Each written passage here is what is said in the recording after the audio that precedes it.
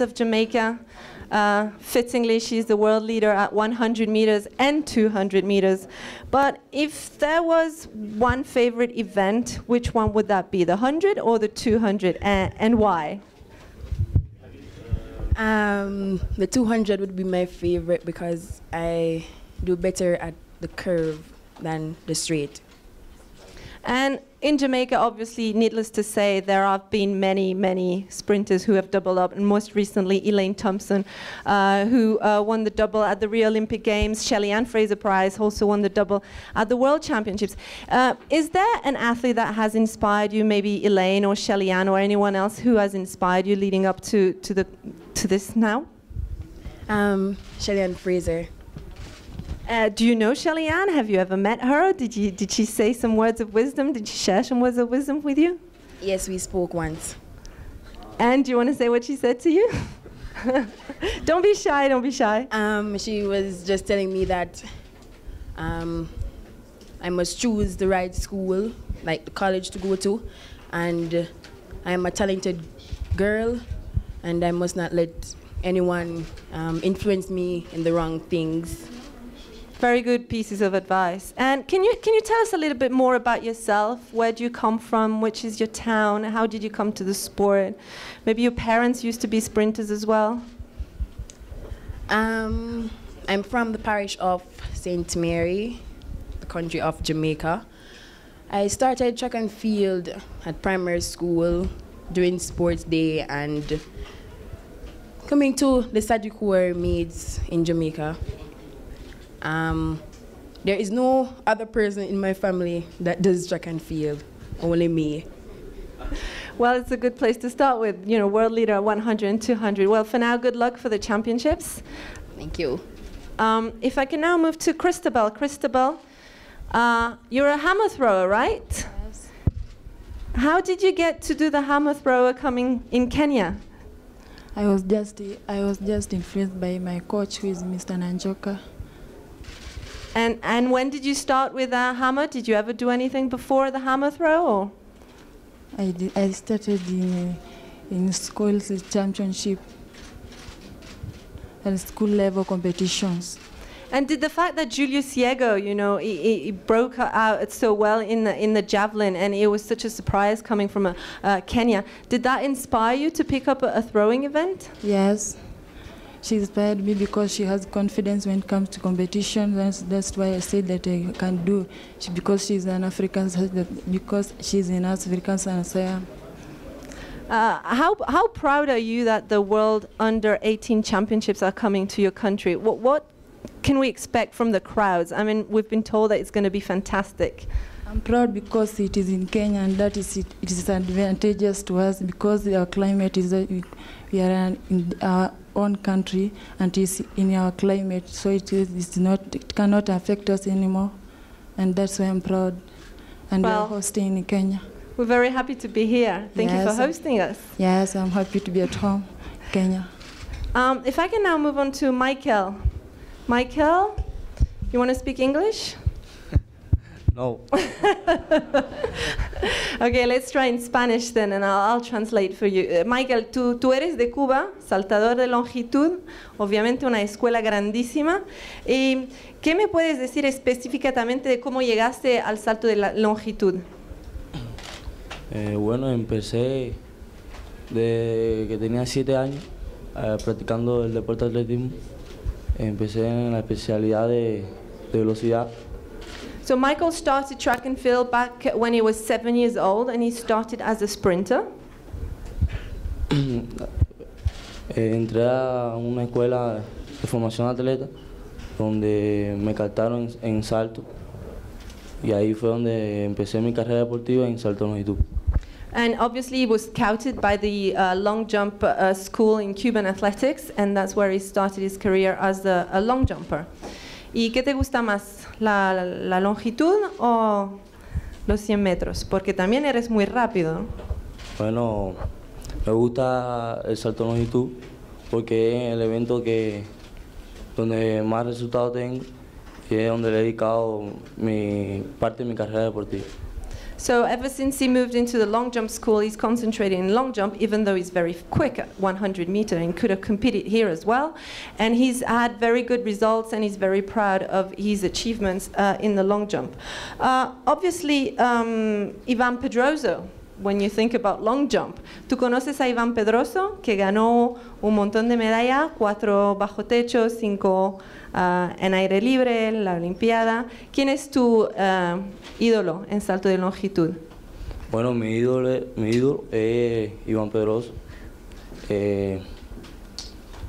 Yo lo veo a él y me inspiro a ser como él y representar a mi país. Y como mismo él lo hizo, sacó adelante nuestra bandera, yo quiero hacer como él. So obviously Iván Pedroso is one of my idols. I want to be as good as him.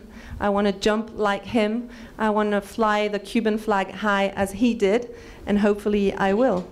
Bueno, mucha suerte por la competición. Gracias. And Matthias. Matthias wants to speak English as well, I think. Do you want to speak English? No. So it'll be an international press conference here. So Matthias is a pole vaulter from France. So Matthias, sauteur à la perche, français, c'est une évidence. Est-ce que toi aussi tu as un sautoir de perche dans ton jardin? Comment est-ce que tu es venu au saut à la perche? Non, j'ai pas de sautoir à la perche dans mon jardin. J'ai commencé la perche en regardant des films et des vidéos sur internet.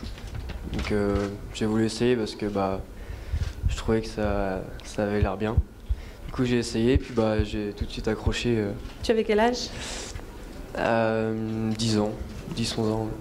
So Matthias is another product of YouTube. He said he started pole vault because he looked at videos. He thought it was fun. He thought it looked good. So he started pole vaulting when you were, t'as dit quel âge? 10 ans.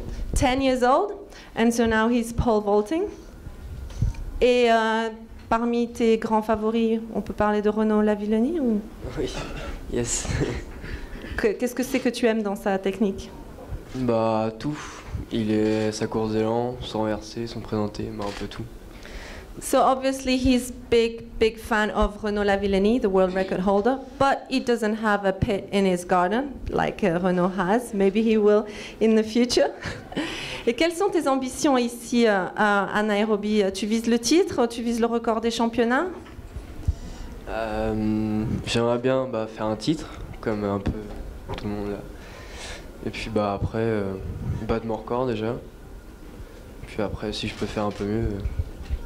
So Matthias' ambition here in Nairobi is to win the title. He said, just like everybody else who sat next to me, maybe not you, Seb, because you've already won enough.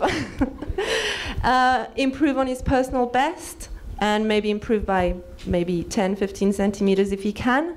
Et justement, le record des championnats, c'est Mondo Duplantis qui le détient. Est-ce que tu connais un petit peu son histoire? Il vient de sauter 5,90. Est-ce que tu te vois sauter 6 mètres dans 2-3 ans?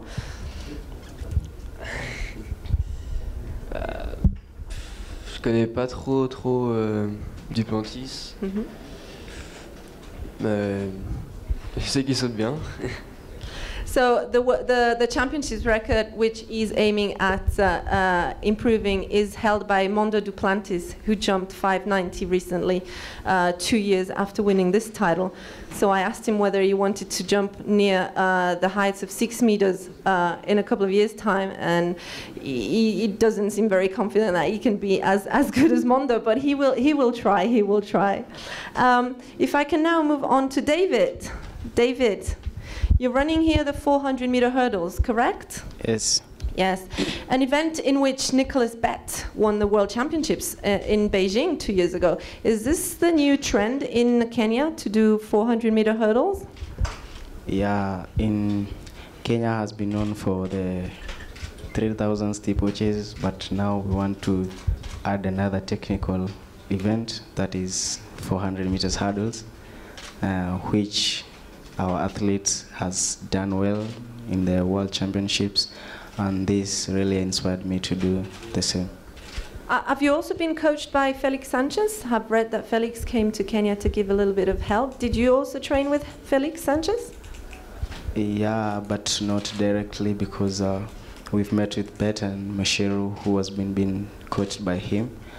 So they were able to pass the same skills that were given to them to us. So we can say he has done it for us, though it's not directly. And you mentioned the steeplechase before. Did you maybe start your career as a steeplechaser and moved on? How did you come to the sport of athletics?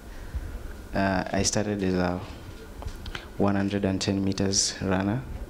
Then I gradually developed the interest of 400 meters hurdles. The coaches that I'm with told me I can do it because I also ran 400 flat. So due to the good running in 110, they told me to run 400 meters hurdles and just become my best event. And what are your expectations here in terms of medals individually and also as a team? I mean, Kenya has chances of topping the medal standing. Do you think you're capable as a team to be on the top of that medal stand on Sunday night? Yeah. Individually, I'm much prepared for the race. I'm ready to bring Kenya a medal, and not just a medal, but a gold medal, God willing.